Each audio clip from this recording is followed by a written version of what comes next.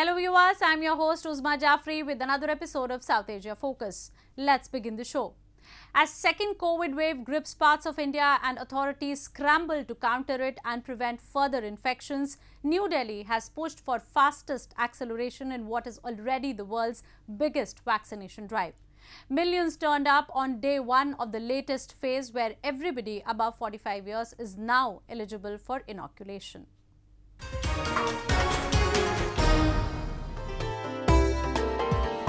As many as 3.6 million Indians received vaccine jabs on 1st April after New Delhi expanded its inoculation drive to counter the resurge of infections in the country. The world's second most populous country aims to immunize 400 million people after expanding the program, which had been restricted to the over 60s and people with serious health conditions. India kicked off its inoculation drive in January that focused on health workers and security personnel in the first phase, followed by elderly, saying it wanted to cover the most vulnerable first. सबको लेना चाहिए, सुरक्षित है। Covid को अपने को हराना है तो आज से ये शुरू हो गया है तो आप ले लीजिए, सब ने ले लीजिए, मैंने भी लिया है। And while the number of daily COVID infections had come down to fewer than 10,000 cases a day last month, a sudden spike in some parts following the resumption of nearly entire economy has added a pressure on the government. Some parts of the country have already announced partial lockdowns, others are mulling it too. The government's priority has been to save lives against economic losses. While it has asked the citizens to get themselves vaccinated, testing has been ramped up and vaccine manufacturers have been asked to double down on producing more jabs. Assertive citizens have made things easy for the administration. देखो, जिस तरह से corona के cases बहुत ज़्यादा फैल रहे हैं, उस तरह से सबको वैक्सीनेशन करना चाहिए ताकि सब अपनी लाइफ्स को सेव कर सके। Meanwhile, the authorities have urged the people to not put their guard down and continue to comply with the COVID protocol. Prime Minister Narendra Modi himself had asked people to not get complacent with earlier gains made by the country. हमें corona की उस उभरती हुई second peak को तुरंत रोकना ही होगा और इसके लिए हमें क्विक और डिसाइसिव कदम उठाने होंगे। Although the second wave is increasing the number of cases exponentially, India, which is no more the second worst affected country, owing to its successful preventive run for weeks until last month, still has one of the best recovery rates of around 95%. India's mortality rate too is amongst the lowest in the world. And with vaccine manufacturing companies set to expand their production, the country will be more equipped to counter and control the disease. And it's not just that India has been working for Indians. Its Vaccine Matri drive, aimed at providing vaccines to others, needy countries, has picked momentum with dozens of countries inoculating its citizens with India-made vaccines. Moving on. A consistently inconsistent political process aimed at restoring peace in war-torn Afghanistan has still not been able to come up with something concrete. New components and propositions are not adding up to anything remarkable. Talks' destinations are changing, but not the Afghan destiny. Meanwhile, New Delhi has struck the right note by emphasizing the need of ensuring peace in the region in order to see Afghanistan peaceful. At the 9th Heart of Asia Ministerial Summit in Tajik capital of Dushanbe, India, in a veiled reference to Pakistan's continued support to terrorism and non-state actors, urged the stakeholders to endeavour in directions of achieving regional peace.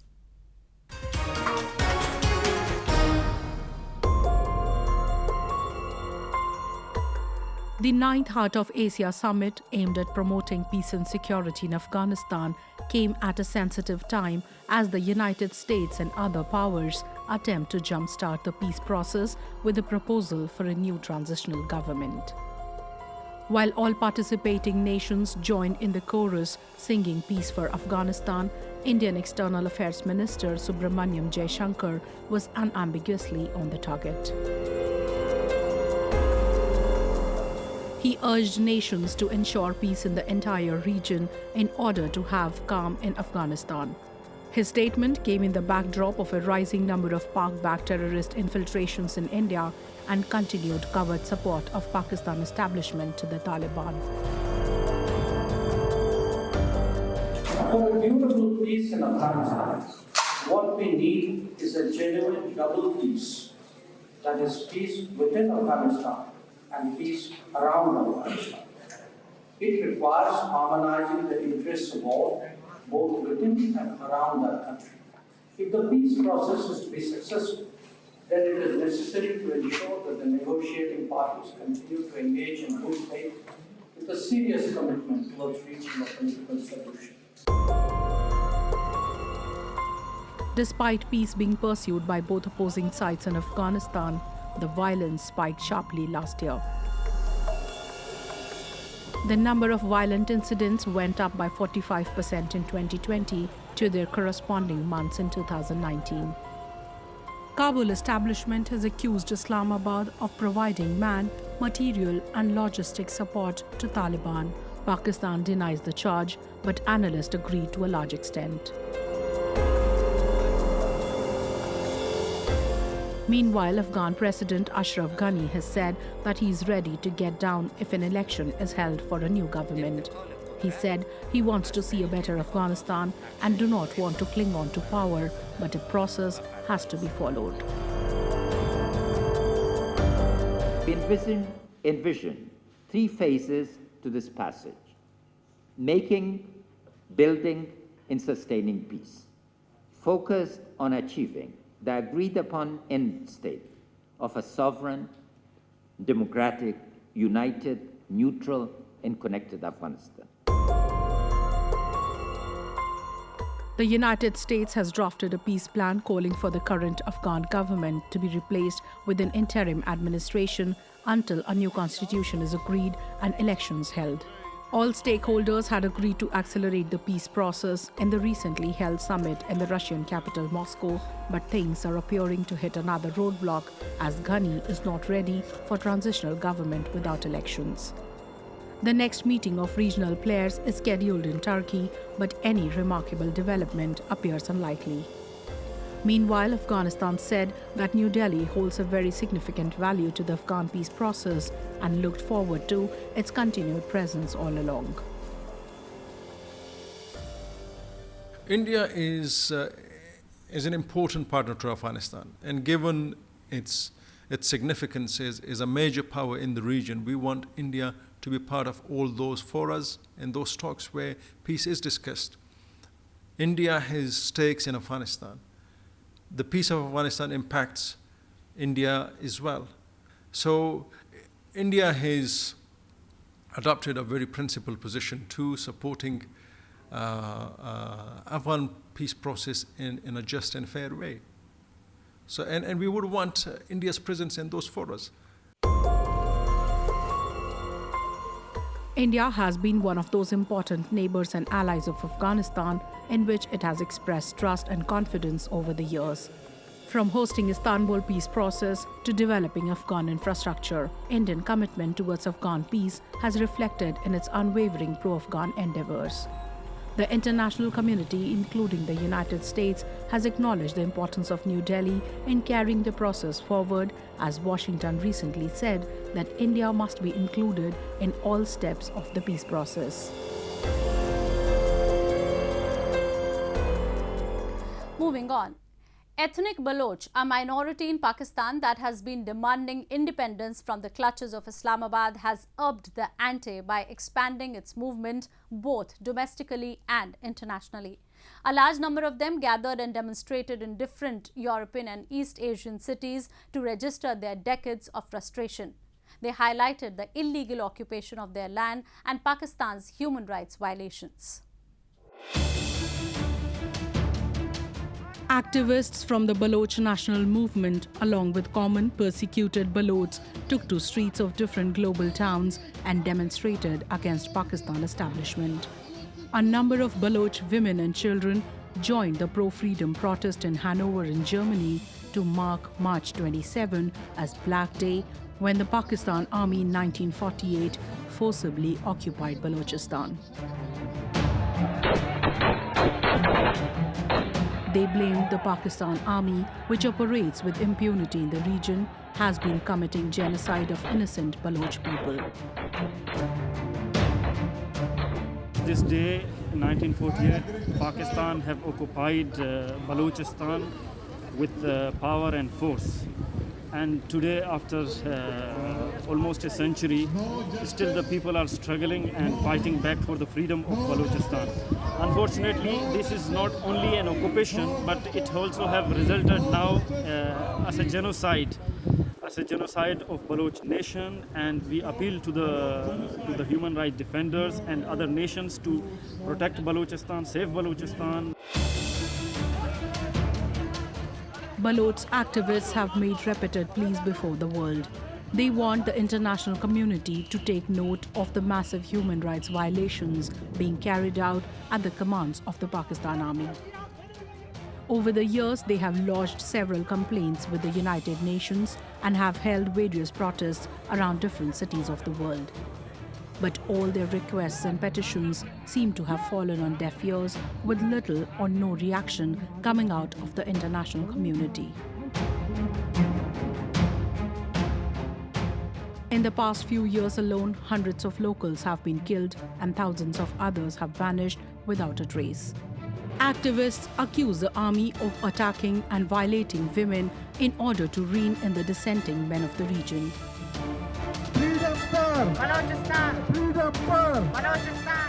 Balochs, however, say that they will not back down until the freedom is ensured. Activists say they will go around the world to expose Pakistan and its nefarious designs. We want to tell the world and the Pakistani security forces and the state of the Pakistan that Baloch nation will keep fighting and keep their struggle for the free and sovereign Balochistan. And unless we continue this struggle, then we are not going to achieve our goal of freedom. Balochistan has huge gas and mineral reserves and contributes a large share to Pakistan's revenue, but doesn't receive corresponding appreciation in return. Those who demand their rights are systematically targeted by state forces. The government takes extrajudicial measures to stifle their voices. They are subject to police high-handedness and imprisoned incommunicado.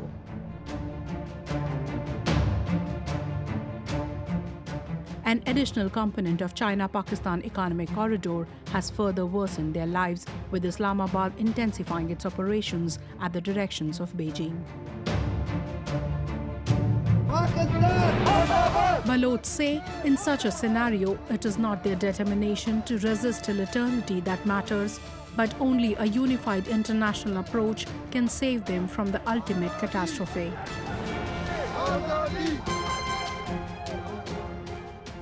And now, in the fresh edition of Asia This Week, we will show you some stories from the Asian continent that made news.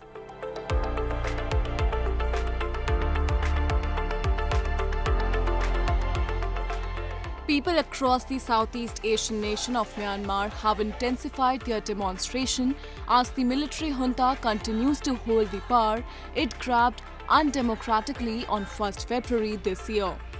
People are demanding immediate release of civilian leader Aung San Suu Kyi and the restoration of democracy, which the country had obtained in 2011 after nearly 5 decades of military rule. The military rule and consequent violence has drawn strong criticism from the international community, including the US president, but that hasn't proven enough. It's terrible. It's absolutely outrageous. An awful lot of people have been killed totally unnecessarily. At least 520 civilians have been killed in nearly 2 months of opposition, and disturbing scenes continue to emerge from the country despite some of the demonstrators resorting to peaceful protests. Meanwhile, 2,000 refugees fleeing Myanmar to Thailand were reportedly pushed back despite the ongoing aerial bombardment. Thai authorities, however, have rejected the claim and said that their army was taking care of them on the border.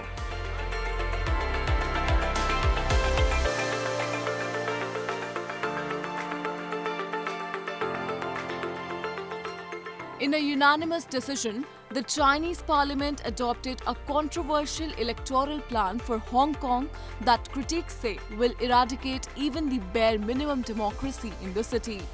Referred as Patriot Plan, Beijing says the aim is to keep the unpatriotic figures away from the political positions. Basically, it returns Hong Kong back to 1997 or before 1997. Those election reforms that is made in the past 20-odd years were all gone, and that is not good for Hong Kong, because in the past we know that the major problems that we are facing is not just about housing or not just about whether or not the young people can get the social mobility. It is about whether the system can actually reflect what Hong Kong people think. The move that has come in line with Beijing's attempts to tighten its control over the city has also diluted the influence of members of parliament. While overall seats will increase from 70 to 90, the number of directly elected representatives will fall from 35 to 20. Hong Kong used to be under British control but was handed back to China in 1997 under a one country, two systems principle. Certain freedoms were guaranteed to the people of the city, but Beijing is accused of muzzling them through different tactics.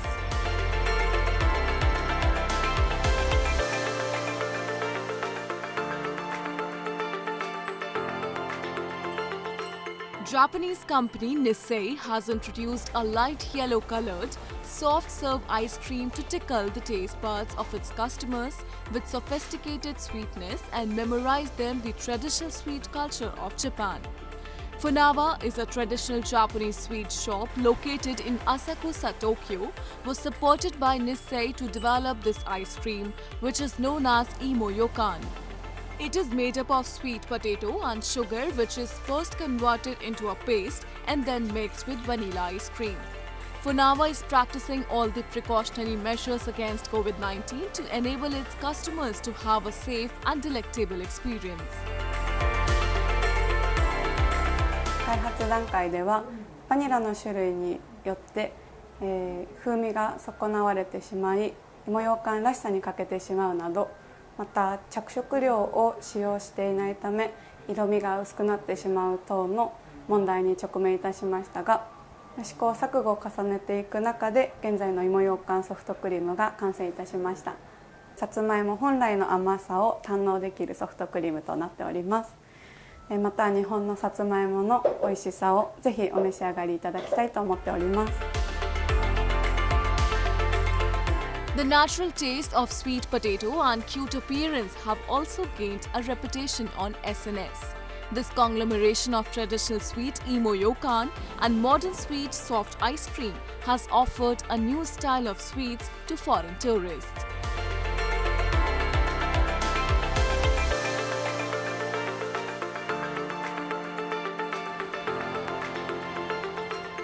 V-Base Kyoto, produced by Resum, is a hostel in the central town of Kyoto, which offers simple, affordable accommodation and targets the young travelers around the world.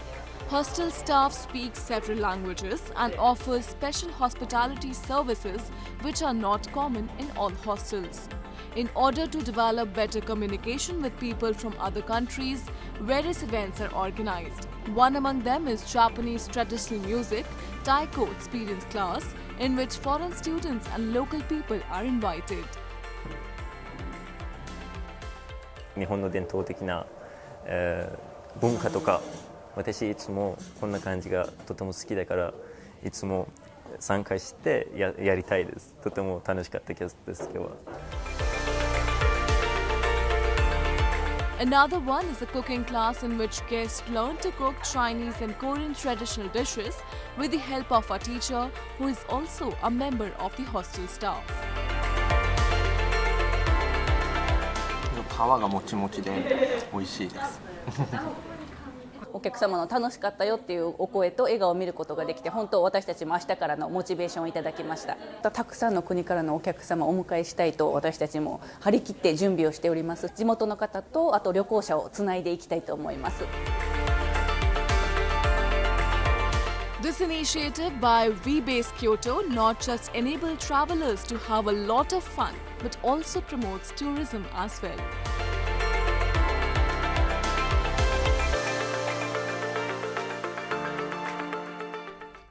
India is the land of festivals and fairs. Today, we take you to its northern Punjab state where the Sikhs celebrated the festival of Hola Mohalla. It is a festival of Sikh martial arts that was introduced by Sikh's 10th Guru, Guru Gobind Singh, with an aim to strengthen the Sikh community by carrying out martial training and mock drills along with religious hymns. The event is marked every year with the same valor. A large number of Sikh devotees gathered at the Golden Temple, the holiest Sikh shrine in India's Amritsar city, to celebrate the spring festival of Hola Mohalla. Hola Mohalla coincides with Holi, the Hindu festival of colours. It is celebrated for 3 consecutive days. On this festival, devotees perform prayers, display sword fights and martial arts to show their physical strengths. A religious procession was taken out where Sikh devotees carried the Guru Granth Sahib, the holy scripture of the Sikhs, in a golden palanquin heavily decorated with flowers and petals amid chanting of the hymns. नज़ारा बहुत ही ज़बरदस्त था। एक बार ज़रूर हर किसी को यहाँ पे ज़िंदगी में आना चाहिए। फूलों के साथ, परफ्यूम के साथ फतेह बुलाई गई और सारे लोगों में बहुत ही जोश और उमंग है। सब लोग एक साथ स्वागत कर रहे थे बाबा जी का और बहुत ही बढ़िया प्रोग्राम था। The festival is celebrated with great enthusiasm in other parts of the country. In Poonch city of Jammu and Kashmir, the Sikhs perform Gatka, a form of martial arts and sword fighting. होले महल्ले का नगर कीर्तन कढ़े गए ने और इस वेले असी नाखा दी सड़क के चौक विच जिथे निहंग दल जिहड़े ने वो अपने ट्रेडिशनल वैपन्स दे नाल वो प्रदर्शनी कर रहे ने। The festival commemorates the transformation of the Sikh communities into a martial fraternity by Guru Gobind Singh, the 10th Guru of the Sikhs. The festival has not only succeeded in preserving the Sikh traditions, but has also been attracting visitors from across the country and other parts of the world. The legends of Sikh bravery are an inherent part of Indian culture. With that, we come to the end of this week's episode. See you next week. Goodbye and take care.